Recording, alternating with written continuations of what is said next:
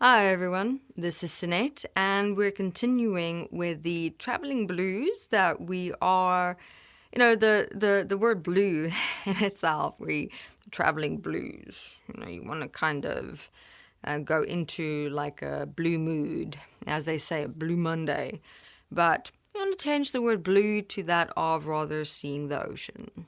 Calm ocean waters, widespread into the horizon, where the traveling blues transform from almost being a negative thing to an actual process and experience of you setting sail into the great big ocean and beyond, in a new process of discovering yourself, learning about yourself, and um, learning more about who you are in your life as it is in any given moment. Okay, so let's continue where we ended off in the previous video, which was to have a look at, how when we travel, we can redefine our starting point in traveling.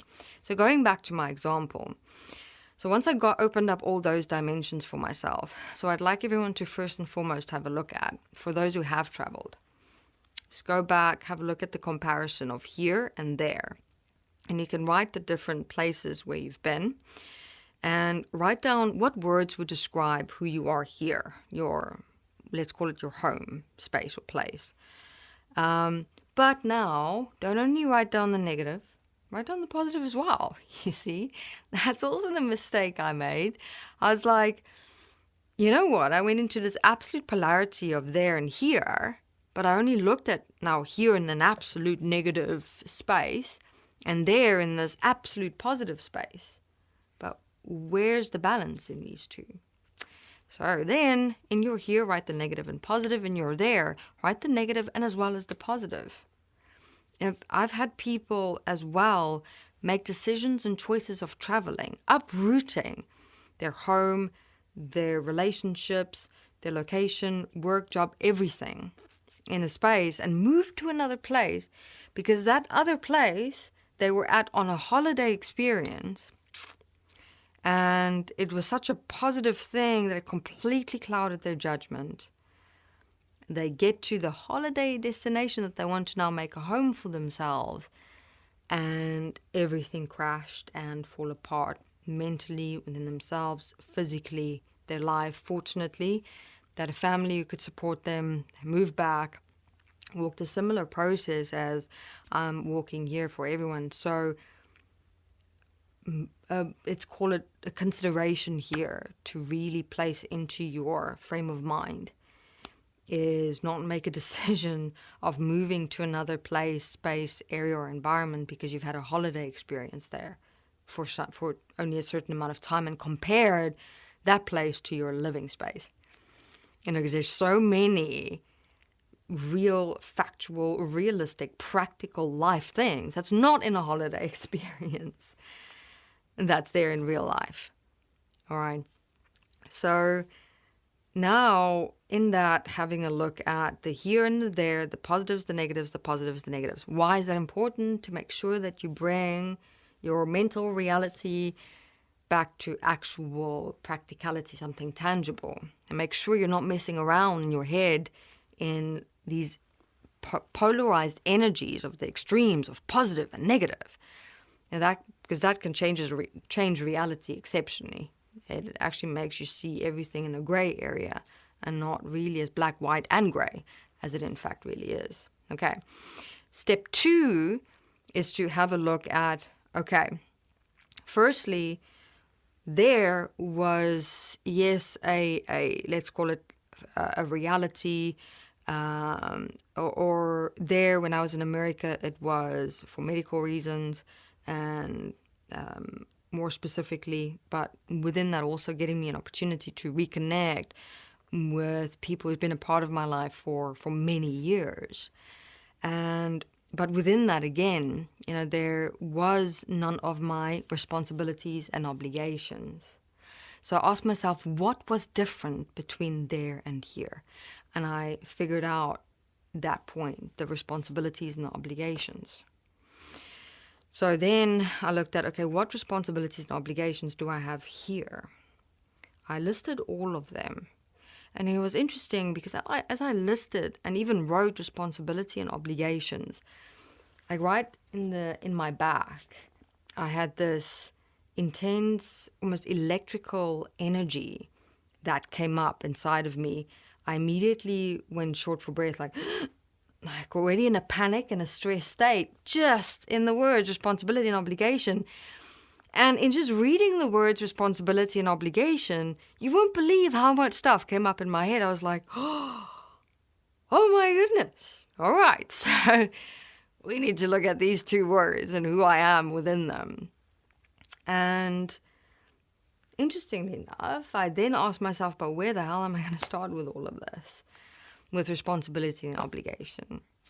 And just as I asked it, my answer was right in front of me. How I experienced myself there in America. I experienced words inside myself I'd also not accessed in a long time. The words such as flow, comfortability, ease, easygoing, relaxed. I was, fascinatingly enough, in that state, a lot more on time, effective at scheduling, organizing, planning. So then looking at who I was here, everything was the opposite. And now coming to the realization of how my state of self is also impacting my relationship with time, organizing, and planning. If I'm constantly stressed, worried, concerned, having an exceptional amount of responsibilities and obligations in my mind, and I'm negative toward it all, I can subconsciously then sabotage everything that I'm reacting toward. So, okay, there's my answer. What I actually experienced there, I can learn to use as a tool to support me in changing my relationships to responsibilities and obligations here. So now my goal is, before I travel again, to practice taking those words of easygoing, comfortable, relaxed, flowing, flexible, organized, planning, time, and just change my experience in my current life. And how I've been doing that is just start changing who I am with obligations and responsibilities.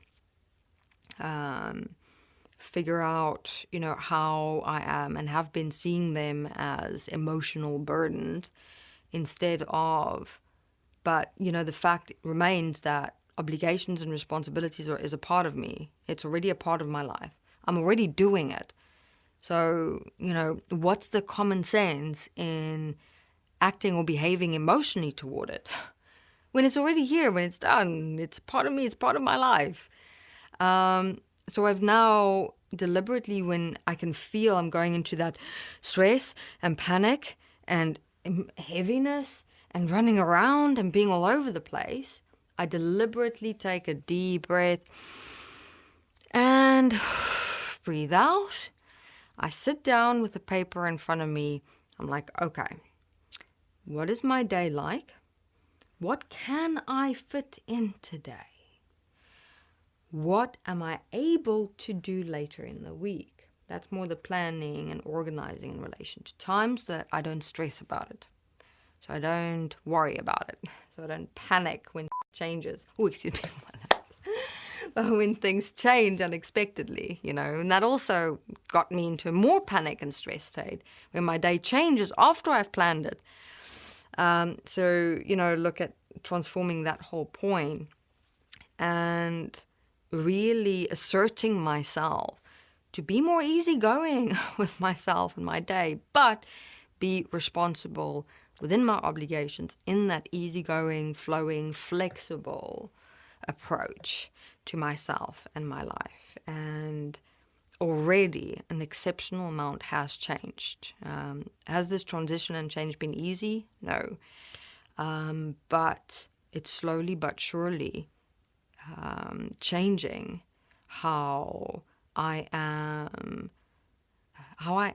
even during my everyday life. In the past there are many ups and downs, fluctuating, almost like a running, a chasing after myself and my day, whereas now it feels like my ship is sailing a lot more steadily on calmer ocean waters, right? So for this video, until we continue in the next, I'd like everyone to take with you what you've learned from my story. Start with those 2 papers here and there. Have a look at the point of obligations and responsibilities, and see what are you reacting to emotionally in your life here that you're actually trying to avoid, run away from, change, ignore, but you're kind of not really wanting to change it. You're wanting to run away from it and constantly go there. The question here is, what are we actually running away from and avoiding and suppressing that we're struggling with in ourselves in our everyday lives? That we're using traveling, getting away from, wanting to relax and get out as an excuse, reason, and justification to not take responsibility for our own creation. All right, everyone. Thank you very much for listening, and see you in videos to come.